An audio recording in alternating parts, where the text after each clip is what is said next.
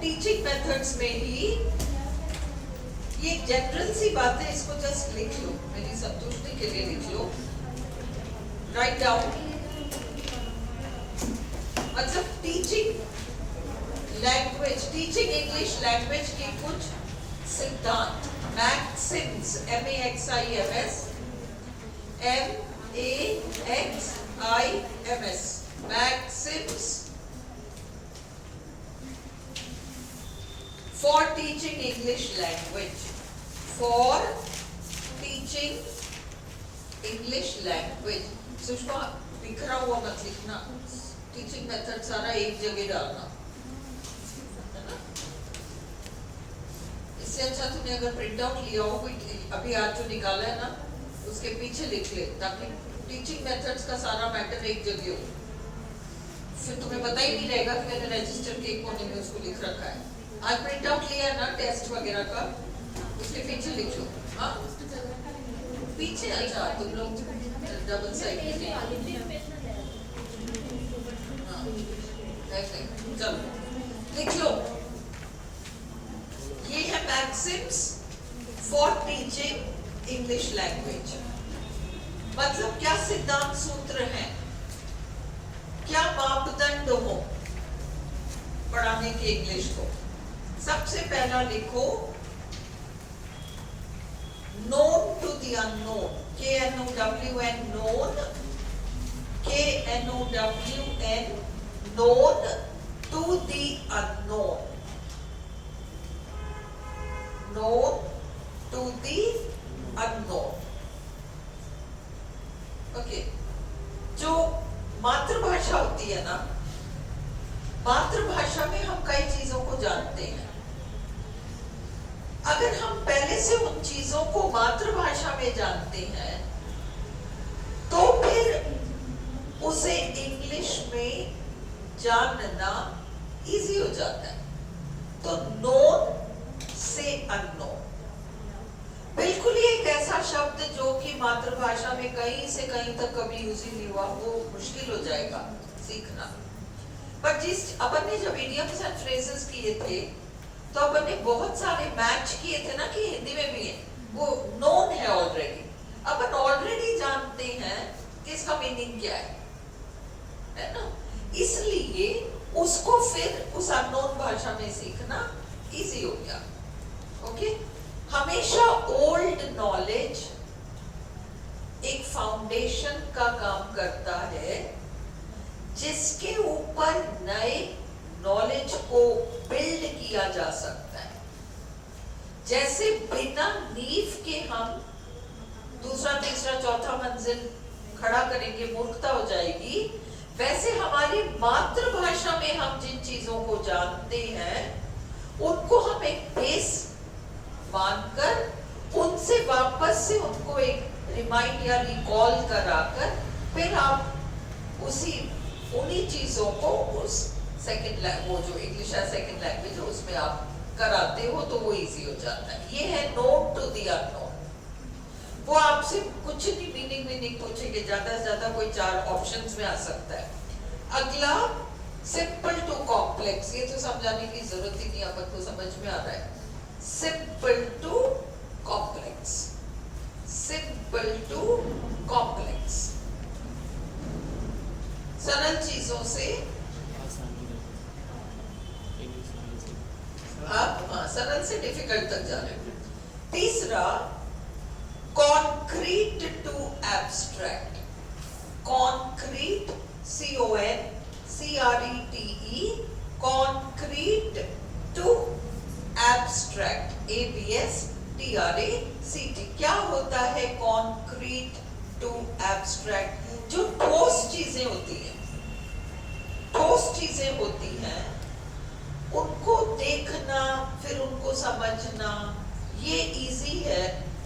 हम जो काल्पनिक चीजों की बात करते हैं जो कि एक्चुअली एक ऑब्जेक्ट के रूप में उपलब्ध नहीं है, बच्चे को कल्पना करना पड़ रहा है कि वो क्या है, तो पहले हम कॉन्क्रीट को समझाएं फिर हम उससे एब्स्ट्रैक्ट तक ले जा सकते हैं। देखो एक बच्चा एक मोबाइल फोन का कैमरा बहुत इजीली समझ जाएगा, क्योंकि वो एक कॉन्क्रीट ऑब्जेक्ट है उसकी आंखों के सामने।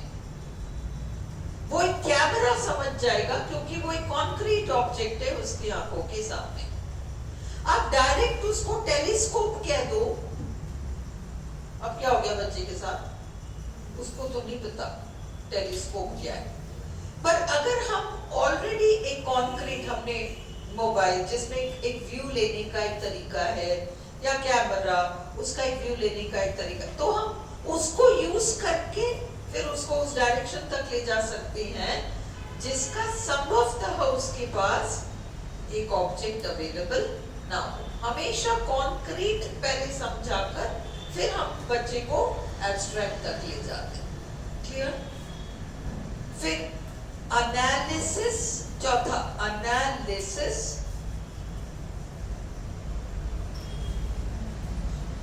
To synthesis. Analysis to synthesis. Analysis to synthesis का एक एग्जांपल लो, तो मोटा एग्जांपल लो। ये बिल्डिंग है, ऑलरेडी बन चुकी है ये। अब हम इसका एनालिसिस करें तो हम देखेंगे कि इसमें ईंट लगा है, इसमें चूना लगा है, इसमें पत्थर लगा है, लोहा लगा है, लकड़ी लगा है। हम पूरे से पार्ट्स में जाते हैं, पूरे से पार्ट्स में जाते हैं। एनालिसिस डिटेल से पार्ट्स में जाते हैं। पहले तो पूरी बिल्डिंग, ये नहीं बिल्डिंग, अभी बिल्डिंग बनी कैसे, इसमें क्या क्या लगा, ऑलरेडी जो कंप्लीट है उससे हम बच्चे को उसके पार्ट्स तक लाते हैं। ये एनालिसिस है। आप ऐसी नहीं पूछेगी आपसे, आपको केवल एनालिसिस पता होना चाहिए, आपको समझ में आए, रटना नहीं पड़े, इसलिए मैं समझा रही हूँ। पूरी बिल्डिंग से अब हम पार्ट्स में आते हैं। एनालिसिस। सिंथेसिस, सुनो शिव, ये पड़ा चूना, ये पड़ा लोहा, ये पड़ा ईंट, ये पड़ा पत्थर, ये पड़ा लकड़ी, ये पड़ी सीमेंट, ये पड़े ये। अब तुम इनको जोड़ लो, क्या बनेगा? बिल्डिंग बन जाएगी। पार्ट से होल तक जाना सिंथेसिस है, होल से पार्ट तक आना एनालिसिस है। ये क्लियर है?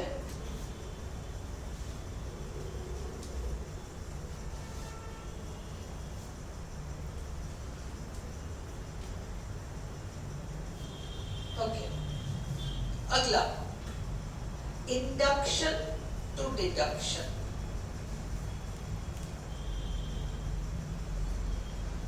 इंडक्शन टू डिडक्शन, तुम्हारा इंडक्टिव ग्रामर डिडक्टिव ग्रामर तो है ना? तो ये आपको पता है कि एग्जांपल्स देकर कंक्लूजन्स ड्रॉ करना आपका इंडक्शन है। पहले रूल प्रस्तुत करके, है ना, फिर वो आपका डिडक्शन है। तो इंडक्शन, और अपन इंडक्शन डिडक्शन को पैटर्न ले रखा है, इसलिए अलग से अब इसको जरूरत नहीं है। लास्ट आप लिखो form to meaning to context. Form to meaning to context. Form to meaning to context. भाई एक ये सेंटेंस कहलाता है, ये सेंटेंस कहलाता है। तो उस सेंटेंस में हम बच्चे को ये नहीं सिखा रहे कि सेंटेंस का मीनिंग क्या है। अपन बच्चे को कह रहे हैं इस चीज को सेंटेंस कहते हैं। फिर वो सेंटेंस आपने 4 तरह के सेंटेंसेस बना दिए।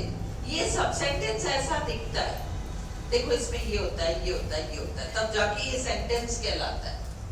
ये फॉर्म है। नेक्स्ट, अच्छा ये सेंटेंस, इसका मीनिंग कैसे निकालेंगे? फॉर्म से आप मीनिंग में आए।